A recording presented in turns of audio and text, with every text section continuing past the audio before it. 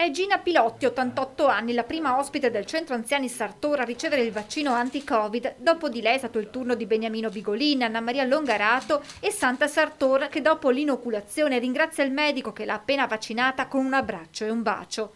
Il sorriso degli anziani è sufficiente a descrivere cosa significhi per loro questa giornata. È una grandissima giornata, una giornata di speranza. Questo potrà essere un vero e proprio scudo per affrontare il virus e sconfiggerlo un po' come è stato il virus della poliomielite. È un grande gesto di tutti gli operatori, un gesto d'amore nei confronti delle persone più fragili. Ci sono sentite tante per televisione, ma senz'altro andava fatto per me, andava fatto. La soddisfazione di dire che eventualmente avremo la possibilità di essere coperti. Oggi sono 500 coloro tra operatori e ospiti a cui è stato inoculato il vaccino.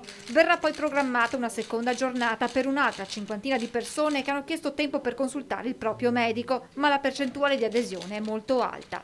È una percentuale prossima al 100% al netto di quelle situazioni sanitarie che non consentono di somministrare il siero. A febbraio è stata presa la decisione di chiudere la struttura, riuscendo a tenere fuori il virus. Poi è cresciuta sempre più la voglia di tornare ad avere un contatto, che ha portato alla realizzazione della stanza dell'abbraccio, attraverso la quale anche noi abbiamo comunicato con gli ospiti. Ha permesso loro di vivere anche e di rendersi conto di quello che succedeva all'esterno. Purtroppo non possiamo ancora liberare tutti, ma adesso cominciando con il vaccino, si inizia una nuova era. Ora l'arrivo del vaccino può segnare l'inizio di una nuova fase che consentirà agli ospiti di tornare ad una normalità che manca molto.